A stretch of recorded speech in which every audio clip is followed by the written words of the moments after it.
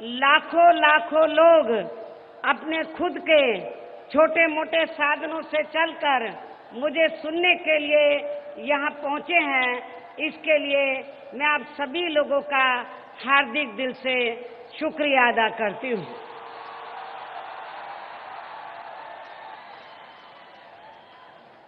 हालांकि मैं हेलीकॉप्टर से ये देख रही थी कि जितनी भीड़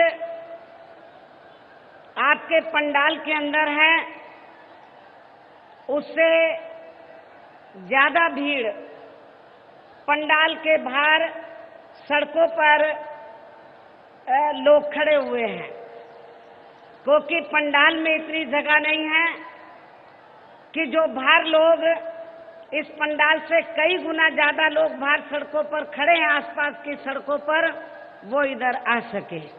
हालांकि समाजवादी पार्टी के जो मुखिया हैं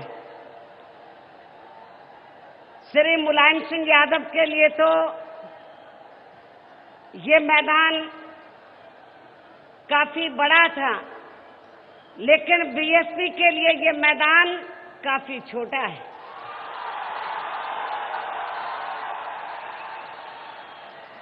और वैसे भी आज आपकी इस अपार भीड़ के जोश व उत्साह को देखकर मुझे ये पूरा भरोसा हो गया है कि उत्तर प्रदेश में आगामी होने वाले विधानसभा आम चुनाव में अब बीजेपी व सपा की अंदरूनी मिली भगत भी यहाँ बीएसपी को किसी भी कीमत पर पूर्ण बहुमत की सरकार बनाने से नहीं रोक पाएगी। और ऐसा हो जाने पर फिर से उत्तर प्रदेश में यहाँ की जनता के लिए यहाँ न्याय व अमन चैन के दिन फिर से वापस आ जाएंगे। और साथ ही यहाँ प्रदेश में हमारे महान संतों, गुरुओं व महापुरुषों में भी खास तौर से महात्मा ज्योतिराव फूले, छत्रपति शाहू जी महाराज, श्री नारायणा गुरु, बाबा साहब डॉक्टर भीमराव अंबेडकर व मान्यवर श्री कांशीराम जी आदि का भी सर्वजन हिताय व सर्वजन सुखाय का सपना फिर जरूर साकार होगा। क्योंकि अब उत्तर प्रदेश की जनता, खासकर यहाँ कांग्रेस, बीजेपी व सपा आदि के शासन काल के चाल, चरित्र, चेहरा, नीति व नियत को भी काफी अच्छी तरह से समझ चुकी है। और इस संबंध में मैं ये कहना चाहूंगी कि आजादी के बाद शुरू में काफी लंबे समय तक अर्थात लगभग 37 वर्षों तक अकेले यहाँ उत्तर प्रदेश में कांग्रेस पार्टी ने ही एक छत्र राज किया है। और अब ये पार्टी अपनी गलत नीतियों व गलत कार्य प्रणाली की वजह से उत्तर प्रदेश के साथ साथ केंद्र की सत्ता से भी बाहर हो चुकी है। कांग्रेस पार्टी ने जिसने दिल्ली में अपने शासनकाल के दौरान दिल्ली को खराब व गंदा करने के लिए यहाँ से रोटी रोजी के लिए दिल्ली में जाकर बसे उत्तर प्रदेश व बिहार के लोगों को ही पूर्ण रूप से जिम्मेवार, कसूरवार ठहरा दिया था। और साथ ही जिसने दलित विरोधी मानसिकता के चलते अपनी सरकार में वहां दलितों के उत्थान के लिए तय किए गए बजट के धन को भी दूसरे मद में ट्रांसफर करवा दिया था। मुझे पूरा भरोसा है कि ऐसी स्थिति में अब उत्तर प्रदेश की जनता कांग्रेस पार्टी को यहाँ जल्दी से स्वीकार करने वाली नहीं है। चाहे इसके लिए इस पार्टी के लोग यानी कि कांग्रेस पार्टी के लोग कितनी भी यहाँ नाटकबाजी क्यों ना करते रहें, चाहे कांग्रेस पार्टी के लोग यहाँ कितनी भी रथ यात्रा निकाल लें, चाहे कितनी भी पद यात्रा कर लें, तो भी उत्तर प्रदेश की जनता कांग्रेस पार्टी को जल्दी से स्वीकार करने वाली नहीं है। इसके साथ साथ मैं भारतीय जनता पार्टी के बारे में भी ये कहना चाहूंगी कि उत्तर प्रदेश में बीजेपी के लोग खासकर यहाँ विकास के नाम पर उत्तर प्रदेश में भारतीय जनता पार्टी ने भी लगभग 6 वर्षों तक यहाँ राज किया है और इस अवधि में इन्होंने विकास व जनहित के कार्यों की तरफ ध्यान देने की बजाय अधिकांश अपने आरएसएस के एजेंडे पर ही चलकर यहाँ सांप्रदायिक ताकतों को ही मजबूत किया है, जिसकी वजह से फिर इस पार्टी को सन 1992 में समय से पहले ही यहाँ अपनी सत्ता तक भी गंवानी पड़ी थी और अब केंद्र में भी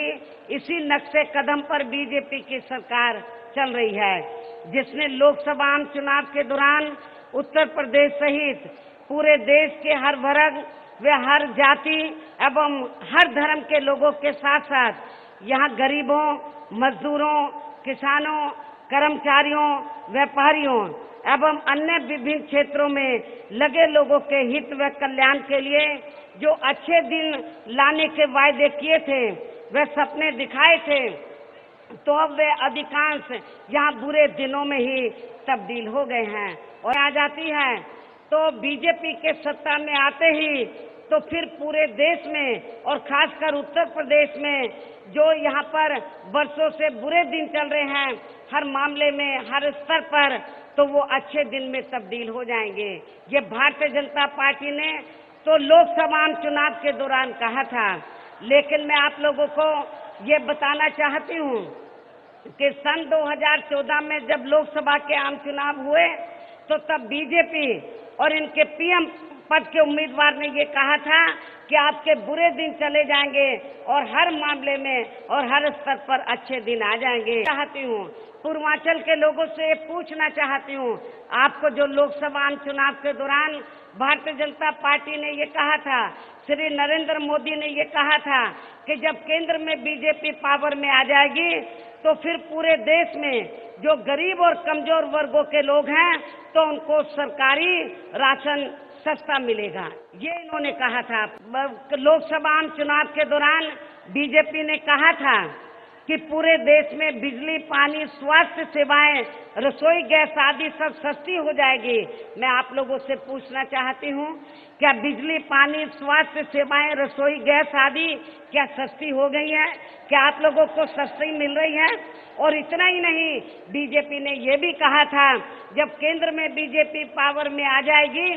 तो फिर पूरे देश के अंदर, उत्तर प्रदेश सहित फिर पूरे देश के अंदर बिजली 24 घंटे मिलेगी। क्या आपको बिजली 24 घंटे मिल रही है? मैं समझती हूँ नहीं मिल रही है। बीजेपी ने ये भी कहा था, श्री नरेंद्र मोदी ने ये भी कहा था कि जिन लोगों के पास रहने के लिए अपने पक्के मकान नहीं हैं, उनके पक्के मकान बनाकर दिए जाएंगे। मैं आप लोगों से पूछना चाहती हूँ कि आपके पूर्वांचल में क्या एक भी पक्का मकान श्री नरेंद्र मोदी ने या केंद्र की सरकार ने आपको बनाकर दिया है? मैं समझती हूँ कि नहीं दिया है। यहाँ पर पूरे देश में गरीबी और महंगाई को कम करने की बात कही थी, बेरोजगार लोगों को रोजगार देने की बात कही थी। मैं आपसे पूछना चाहती हूँ कि आपके पूर्वांचल में बेरोजगार लोगों को रोजगार मिला है? मैं समझती हूँ नहीं मिला है।